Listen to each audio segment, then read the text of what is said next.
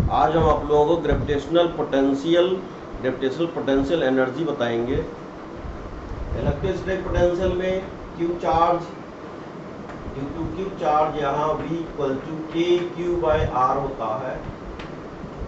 Gravitational potential जैसे point mass है, इससे r डिस्टेंस पर जो ग्रेविटेशनल पोटेंशियल की वैल्यू होती है V equal to minus GM by are.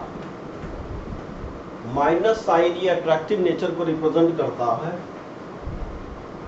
ये जो ग्रेविटेशनल फील्ड होता है वो अट्रैक्टिव नेचर का होता है। अब इसमें जैसे एक दो पॉइंट है, ये डेफिनेशन है। First point definition, gravitational potential क्या है? तो work done to bring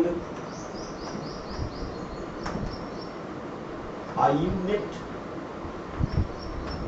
gravitational mass from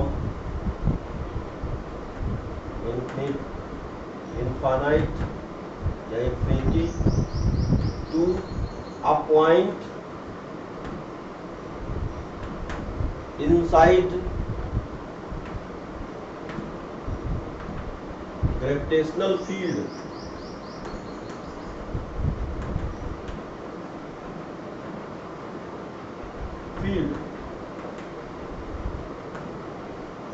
अब सेकंड है, इसका फॉर्मूला क्या है? तो V equal to dW upon dm। dm ये यूनिट मास और उसको इनफाइनाइट से ग्रेविटेशनल फील्ड के इनसाइड किसी पॉइंट तक लाने में जो वर्क डन होता, तो V equal to dW upon dm। तीसरा पॉइंट, SI यूनिट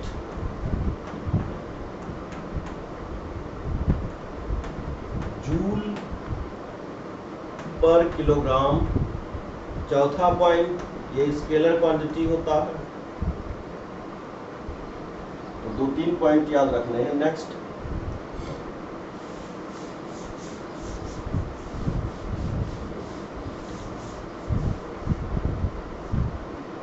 जैसे कोई सिस्टम है उसमें बहुत सारे चार्ज पार्टिकल हैं, M1 M2 M3,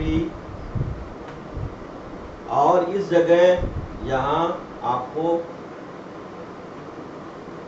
या R1 डिस्टेंस या R2 डिस्टेंस या R3 डिस्टेंस और ये P पॉइंट है, इस जगह ग्रेविटेशनल पोटेंशियल फाइंड करना। तो V इक्वल टू क्या हो जाएगा? V equal to minus G M1 upon R1 minus G M2 upon R2 minus G M3 upon R3, ये लिखेंगे। नेक्स्ट, इसको जनरल टर्म में ऐसे भी लिख सकते हैं, माइनस G और summation MI upon summation RI, और I equal to 1 to N, I equal to 1 to N भी लिख सकते हैं।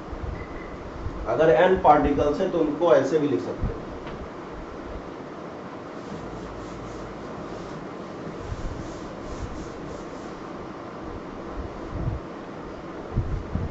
Gravitational potential due to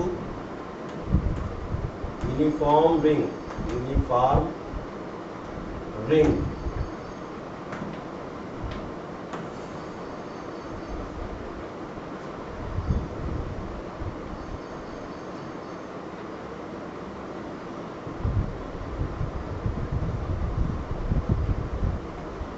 ring का रेडियस ये कैपिटल R है, और इससे स्मॉल r डिस्टेंस पर इस जगह ग्रेविटेशनल पोटेंशियल फाइंड करना। तो V इक्वल टू क्या हो जाएगा? V equal to minus GM upon, इसका मास m है, under root R square plus R square, ये हो जाएगा minus GM by under root R square plus small r square. इसका सेंटर O है, तो ये P पॉइंट पर ग्रेविटेशनल पोटेंशियल ये है। V एट सेंटर, तो इसमें क्या हो जाएगा? Small r equal to 0। तो इस कंडीशन में ये हो जाएगा minus GM upon capital R, small R equal to 0 put कर देंगे। ये हो गया gravitational potential due to uniform ring. Gravitational potential due to spherical shell,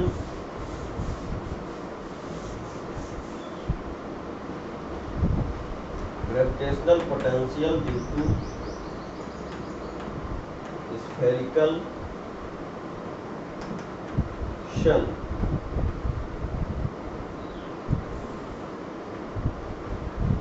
spherical shell, इसका सेंटर है, इसका रेडियस कैपिटल आर और सेंटर ओ। ये आउटसाइड आपको फाइंड करना है P1, P2, P3। P1 point पर ग्रेविटेशनल पोटेंशियल की value V P1 equal to क्या हो जाएगा, माइनस इसका मास m, ये हो जाएगा माइनस GM/, ये डिस्टेंस r है तो r हो जाएगा माइनस GM/r। P1 पॉइंट पर ग्रेविटेशनल पोटेंशियल।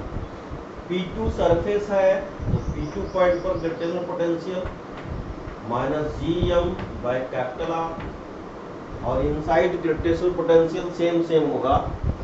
तो P3 पॉइंट पर ग्रेविटेशनल पोटेंशियल क्या हो जाएगा, P3 equal to minus GM/, ये कैपिटल आर, ये कांस्टेंट होगा सरफेस से लेकर के, इससे लेकर के हर पॉइंट पर ग्रेविटेशनल पोटेंशियल कांस्टेंट होगा। अब next gravitational potential due to solid sphere. Gravitational potential due to solid sphere,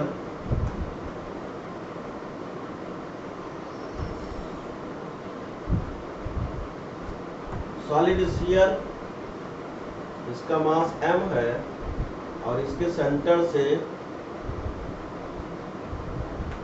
centre से आउटसाइड ग्रेविटेशनल पोटेंशियल फाइंड करना। इसका radius capital R, centre O, r distance पर ग्रेविटेशनल पोटेंशियल P1 पॉइंट पर क्या होगा, surface पे क्या होगा, और इनसाइड क्या होगा gravitational potential. Gravitational potential at P1 point, V at P1, इसकी वैल्यू माइनस GM/R हो जाएगी। Gravitational potential at P2, V at P2 equal to minus GM/R। Gravitational potential at P3 point, तो V at P3 equal to ये हो जाएगा minus GM/2r³ bracket में 3r² minus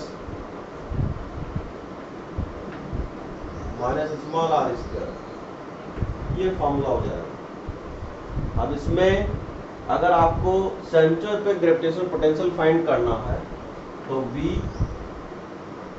eight centre equal to, ये small r की value 0 put कर देंगे तो ये हो जाएगा माइनस GM/,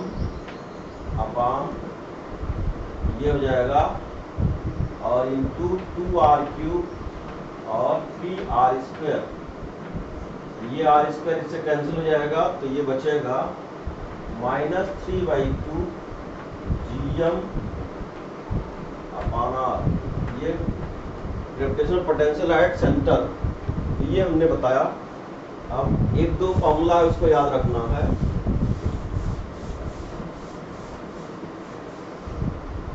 जैसे अगर कोई पॉइंट मास है, इससे r डिस्टेंस पर ग्रेविटेशनल फील्ड इंटेंसिटी क्या होगा, तो E equal to minus GM/R²।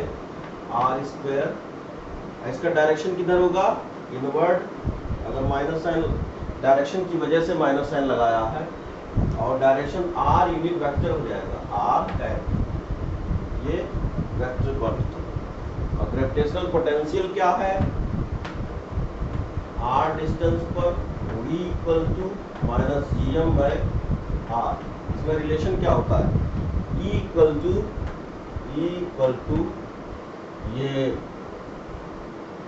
df upon dm ले सकते हैं, या इसको ऐसे भी ले सकते हैं, equal to minus dv by dr।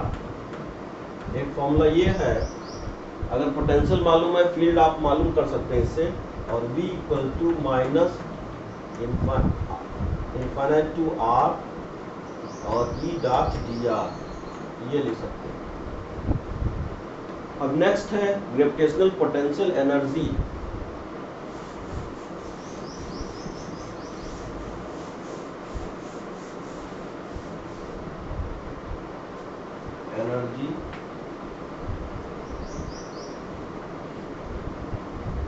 यहाँ m1 मास, m2 मास और distance between them is r, तो gravitational potential energy U equal to minus G m1 m2 upon r। जैसे हम लोग इलेक्ट्रोस्टैटिक पोटेंशियल एनर्जी फाइंड करते थे, Q1 Q2 और distance between them is r, तो U equal to K Q1 Q2 by r, ये लिखते थे। तो gravitational potential energy U equal to minus G m1 m2 upon r हो जाएगा।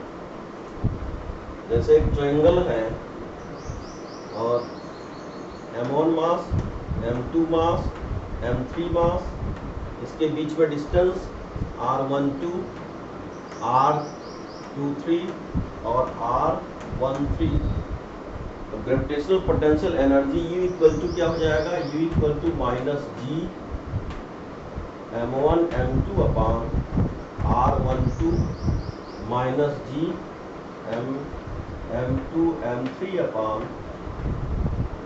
r23 और माइनस जी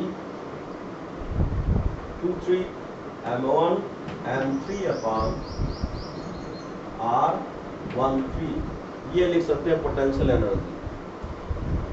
अगर n पार्टिकल्स हों किसी सिस्टम में, n पार्टिकल्स हों तो उसमें कितने पेयर होंगे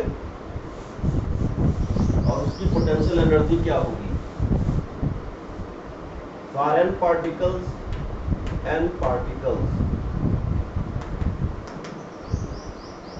तो जो पेयर्स होंगे,